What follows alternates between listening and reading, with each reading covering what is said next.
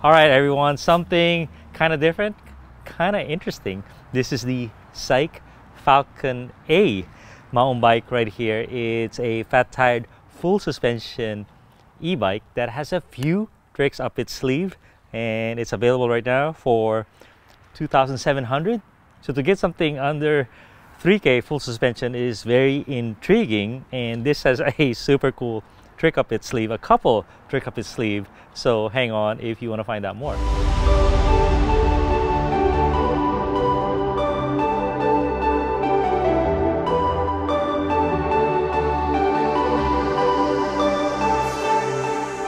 Okay, SAIC, I haven't heard of them before, but looking at their website and receiving this bike, I'm like, okay, they're pretty legit. US support, and really every step of the way, it kind of surprised me because eMTB Review, I get a lot of these $5,000 to $15,000 e-mountain bikes, and they're pretty good, but they're very expensive. And then I got a lot of these commuter bikes that are like under $2,000, and then some of them try to go on the trail for under $3,000, but there's a big divide in the middle. You know, you guys, you got a little bit of money, but you want to go on a real mountain bike and not just a commuter, with that's kind of clunky, not designed for the trail. This one, I think, bridges the gap. First and foremost, 150 millimeter rear travel, 150 millimeter front travel, and they do have real suspension, RockShox Deluxe and Deluxe Select, and then Recon on the front, RockShox. Tektro brakes, don't discount them, they're really good. And then Maxxis tires, Maxxis Minion tires. They're 3.0 in width, so in total it's kind of cool. It's a little less diameter than a 29er on a 27.5 rim, so it kind of fits the genre really well. Oh, no room for a water bottle, huh? Big battery, 720 watt-hour battery with a motor that's 130 Newton meters. Bafang, so it'll blow away all the even that new DJI motor. It'll blow away the Bosch and the Shimano and the Specialized motors.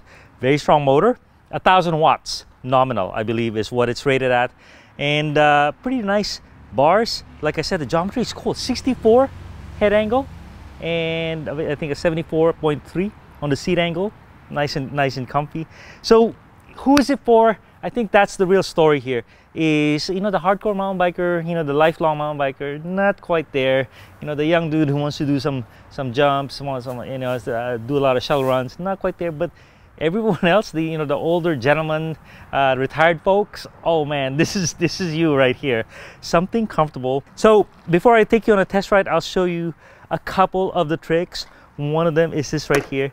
This is not done. When you have a mid-drive bike, you never have a throttle, but this one has a throttle. And the throttle, don't discount the throttle, but if you're around town, it's super cool because it's mid-drive. This is something you never see. You never see a throttle because it has to spin the chain. It has to go from from the mid motor to the wheel, and this thing is spinning just because of a little bit of drag, but it doesn't spin. But this chain ring has to spin. Isn't that crazy? So what you have is you have a throttle, you have a strong motor, kind of like a hub motor, but you have the gear reduction that this thing offers. So what this thing offers is incredible climbing ability. So I'm going to shift.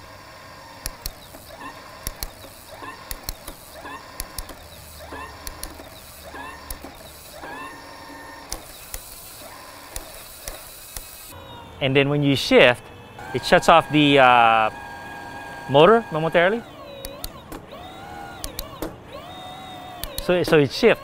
So it's like Tiptronic transmission on your car. It's kind of cool. All right, here is the test drive. Go to some local fire roads.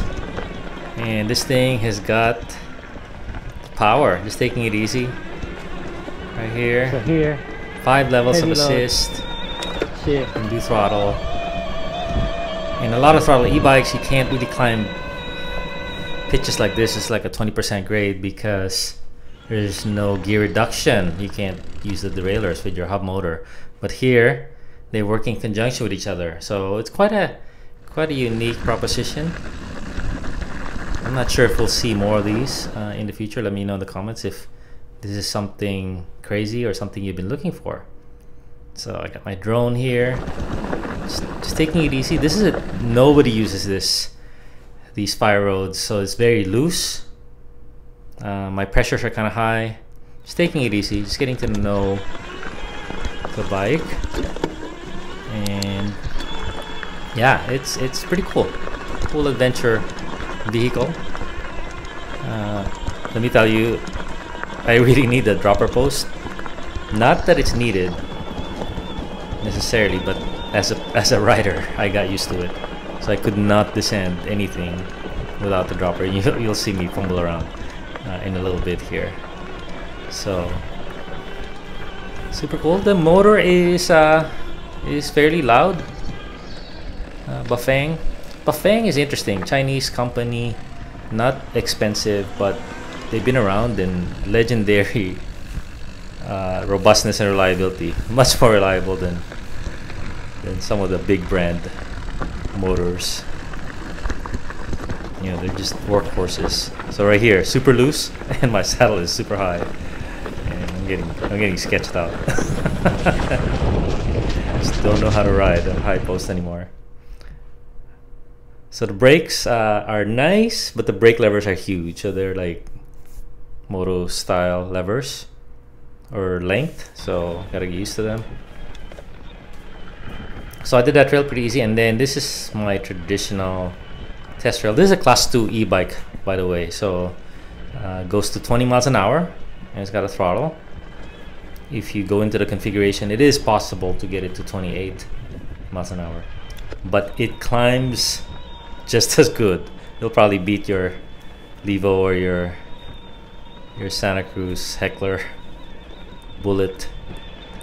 So there's something to it.